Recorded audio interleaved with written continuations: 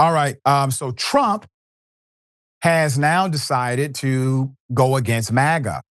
Yes, Trump dismisses MAGA voter pleading about, well, food, high grocery prices. Trump just learned what groceries are a few months ago.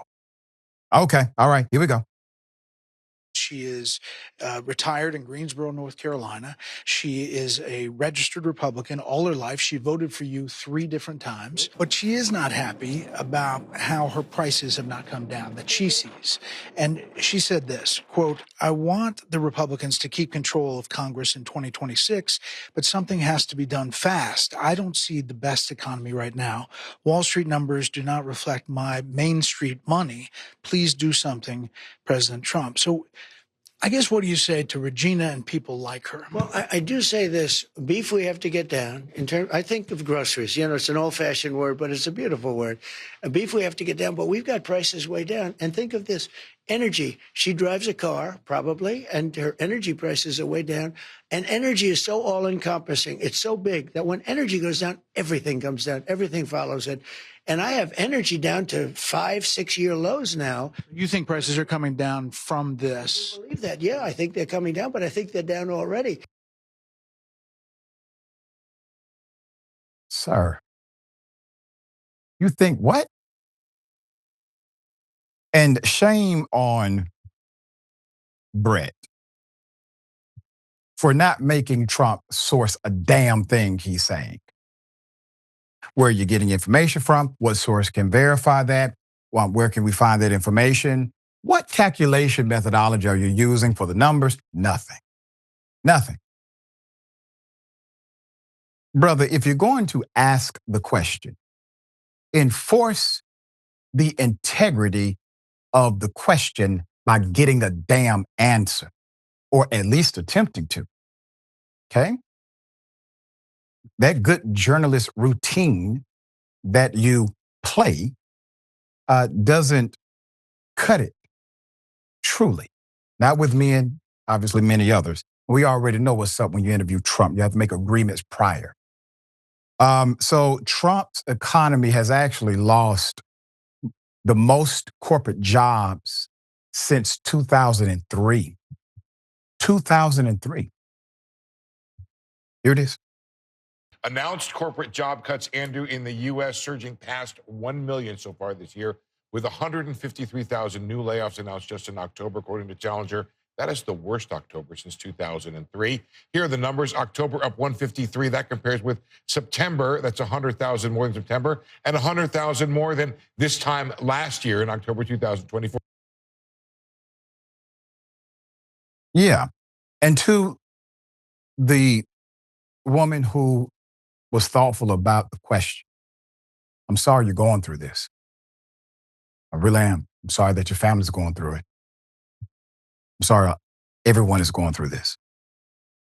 But when you said you really want Republicans to retain power, why? You have to ask yourself that question. You're struggling so much. You're not able to buy groceries. It doesn't get much dire than that in a nation that has taxed you, a nation that has taken from you, a nation that is the richest nation in the world. We have plenty of money to kill people and blow things up. We call it war. Nobody argues we would like to go to war with this nation. It's just not in the budget, but they will go to war with you. 25 states had to sue this man in order for some level of ROI, return on investment, to come back by way of SNAP benefits. You pay into the system. You prepaid this credit card. This is not some fictional money. Your money's gone. They took it in lieu of services to you. What happens if somebody takes your money and they have no obligation, plan, or intent to provide the service? Well, they call that fraud. It's a criminal offense. Your intent has to be there. So, ma'am, why hang on to the Republican Party? That's a company. That's a brand. These two parties exist for the Fortune 500 companies, the billionaires, etc. Put them up full mass.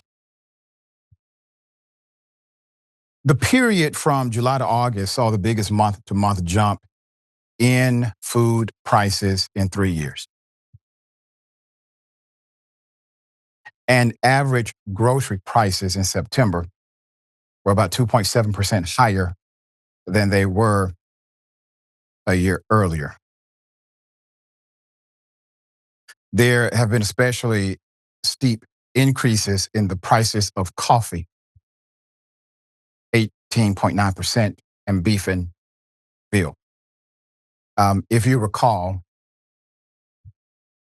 I said on this show 2 years ago, I look at the cost and the consumerism of coffee, clothes, and cars to indicate a market downturn. There are various reasons why. But when you have food for the average person going up, you have coffee increasing. What you have is a general economic slowdown because that cost has to be passed to the restaurant. So now, instead of getting a $15 meal, because they have to pay these elevated prices as well, even though they buy in bulk, they have to pass it on to you. So now you're paying $25 for that same meal, $30 for that same meal. So it doesn't just stop at the local grocery store, is my point. We're talking about a supply-demand chain. And people are making less money, so their buck goes just so far. So you're making less money, while at the same time, you have a de facto inflation happening without it being called inflation. You have an artificial war with tariffs, creating another taxation model. And then you have to help people who are suffering because churches all across this nation and good-hearted people for nonprofits were contributing money that we already contributed through our taxes in order to not have to do this if you had a bad day. Trump promised lower prices. He ran on this.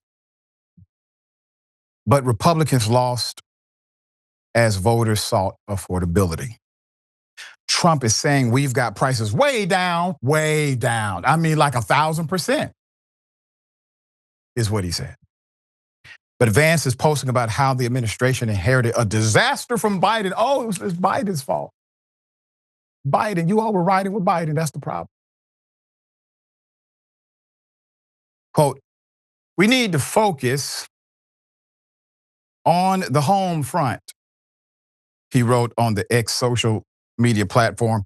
Quote, the president has done a lot that has already paid off in lower interest rates and lower inflation. But we inherited a disaster from Joe Biden, and Rome wasn't built in a day, but it did come down in a day, sir. It sure did.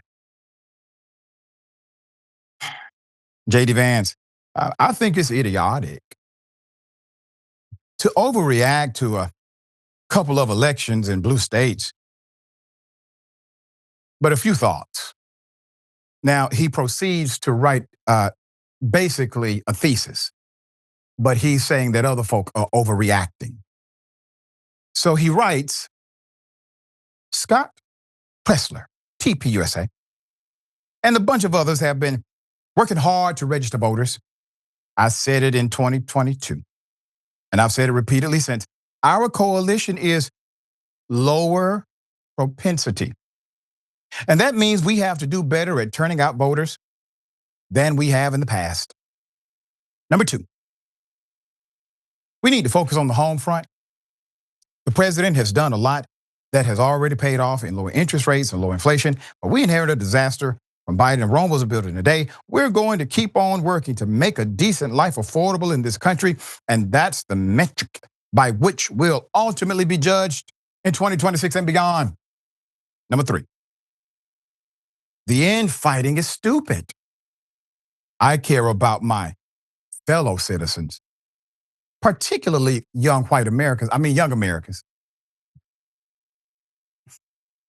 being able to afford a decent life. I care about immigration and our sovereignty. I care about establishing peace overseas so our resources can be focused at home. If you care about those things too, let's work together.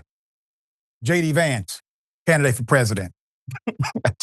Sir, Chat GPT wrote that. Okay? You said nothing. What are you talking about? Why did you start this conversation? It has nothing to do with anything that was in the context of the previous question to you.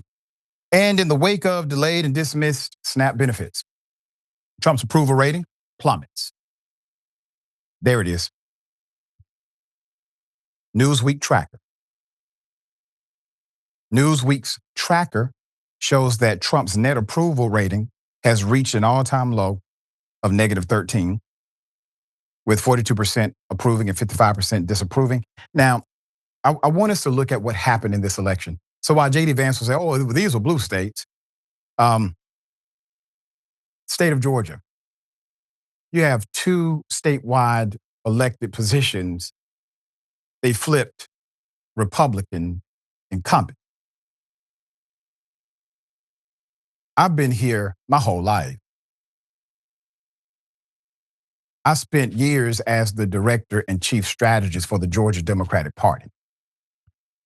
We've never seen anything like that because the Public Service Commission race, while statewide, is not very well known. It's a 6-year term.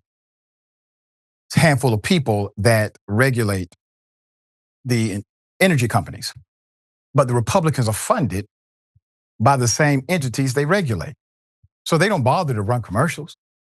They don't bother to do fundraisers. A Democrat has to knock on doors. A Democrat has to make phone calls. A Democrat has to figure out a way to raise money outside of the established energy companies in order to make their case to the voters in the state. Well, they did so. And they unseated 2 incumbent Republicans. Georgia is not considered a blue state. But guess what we have? We have 2 new statewide elected officials. We have Senator John Ossoff, my dear brother and friend, and my dear brother and friend, Reverend Senator Warnock. That's what we have here. The other elections are clear. Look at the data. Everyone who lost these pivotal seats, they lost within a 2-point range of Donald Trump's approval rating in that district. You don't need any other math. That's it. He was on the ballot. Dear brother, thoughts? I mean, where do I begin? First, I gotta say, I love JD Vance so much. The guy just has like a Frankenstein personality. I think that he's assembled from listening to a bunch of bros talk on podcasts, and it's kind of cute when he tries to act like a human. And I hope he gets there one day, but I don't see it happening. I think Bret Baier, where he went wrong is he was framing his question in terms of groceries, but if he had framed it instead in terms of McDonald's menu items, I think Trump might have actually understood it a little more because I don't think he really, the old fashioned term groceries, that might be a little over his head. But yeah, I mean, this whole thing is just a train wreck for them. And I'm really enjoying the kind of defensiveness that is kind of bleeding out of all of their little commentaries here, because you can tell they're aware that people aren't happy. And they're, instead of addressing it directly, they're going, oh, well, actually, don't even worry about it. Let's stop with the infighting. And I think it's really telling that JD Vance used the term affordability in that statement, because it definitely seems to connect a little bit with Mamdani and understanding how powerful that term was rhetorically. And so because they have nothing left, they just have to kind of take from what's working. So we should be popping popcorn, I think, for this a little bit. But that is, not to say that what's actually going on with people suffering, as you said, everyone who's suffering, our hearts go out to. But at the same time, seeing them cope with this is just fascinating. It is remarkable. And because of your expertise in depth psychology and the nuances of social and human thinking, I want to pose something to you and get your opinion. Sure. So I saw something fundamental about this election that I haven't seen before.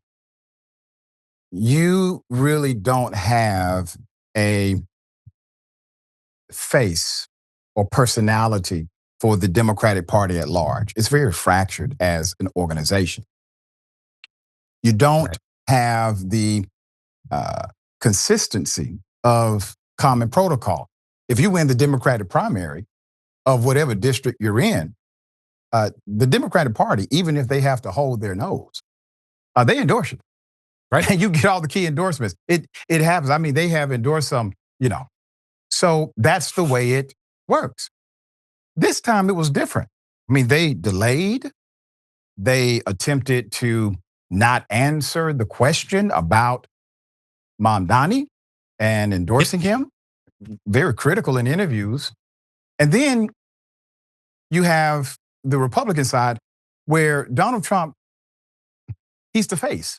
Yep. Because they allowed his personality, given the fact that it was popular at the time, they allowed his personality to trump, no pun intended, the policy dynamics and the systems-based structure of the party. They allowed it to become personality-driven.